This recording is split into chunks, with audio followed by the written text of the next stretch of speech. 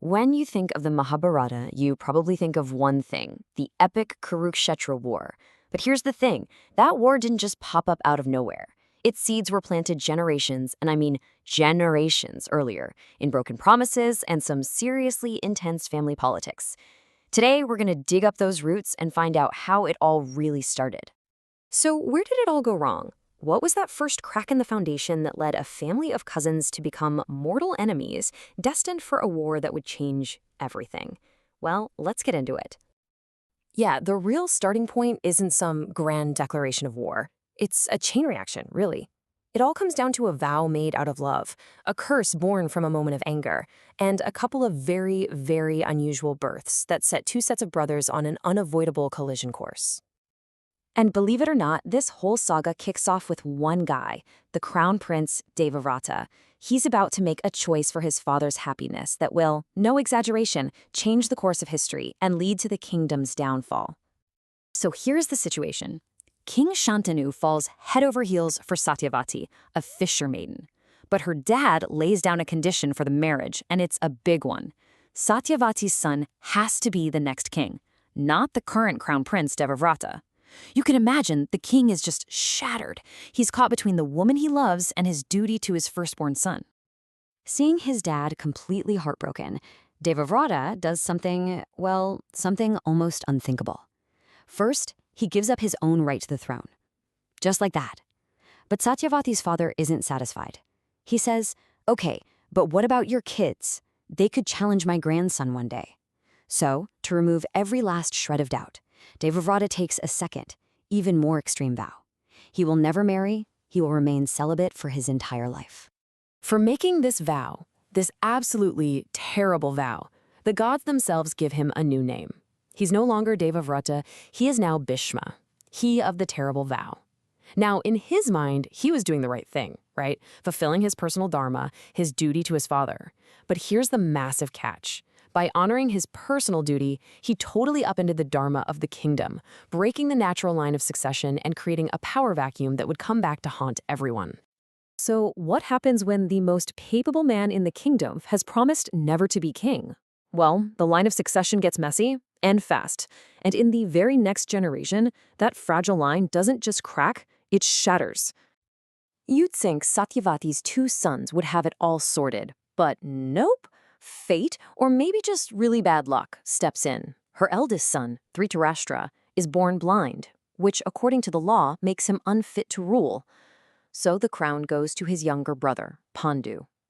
Pandu is a fantastic warrior, a great king, until he gets hit with a devastating curse. If he's ever intimate with either of his wives, he'll die on the spot. So let's get this straight. The kingdom has two potential kings, and neither of them can produce a legitimate heir. You can't make this stuff up. So, with the royal line on the brink of collapse, Pandu's first wife, Kunti, reveals she has a secret weapon, a divine mantra, a boon from a sage that lets her summon the gods themselves to father her children. And this is how we get the 5 Pandava brothers.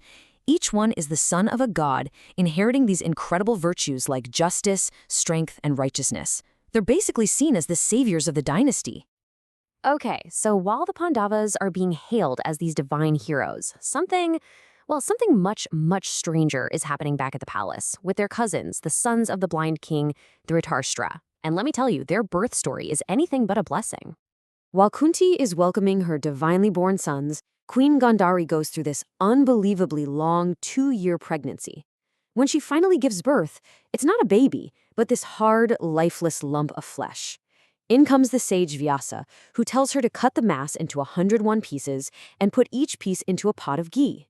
And from those pots, eventually, emerge the 100 Kaurava brothers and their sister. It's about as unnatural an origin story as you can get. And this is where things get really ominous. The very moment that the eldest Kaurava, Duryodhana, is born, the whole palace hears jackals howling and all these other terrible omens appear. The royal advisors rush to King Dhritarashtra and beg him, "This child is a curse. He will be the destruction of our entire family." But the king, blinded by his love for his very first son, just ignores them. A huge mistake. So, let's picture the scene. You've got the 5 divine Pandavas and the 100, let's call them unconventionally born, Kauravas, all growing up under one roof. What could possibly go wrong? Well, this is where those tiny seeds of conflict finally start to grow into full-blown hatred.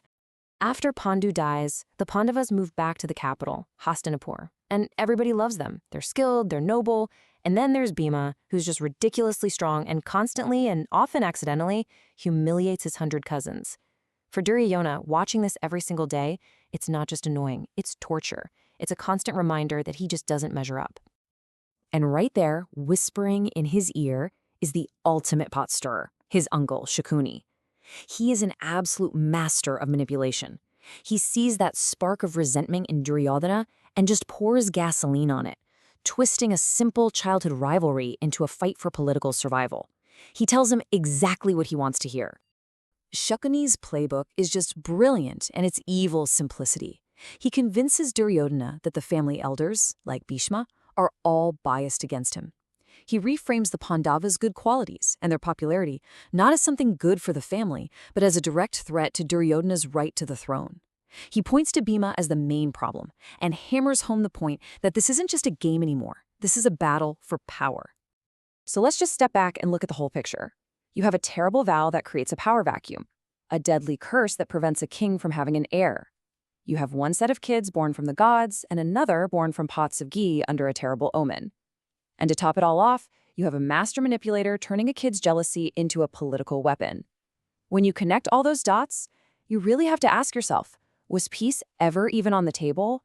Or was this war destined to happen from the very first broken promise?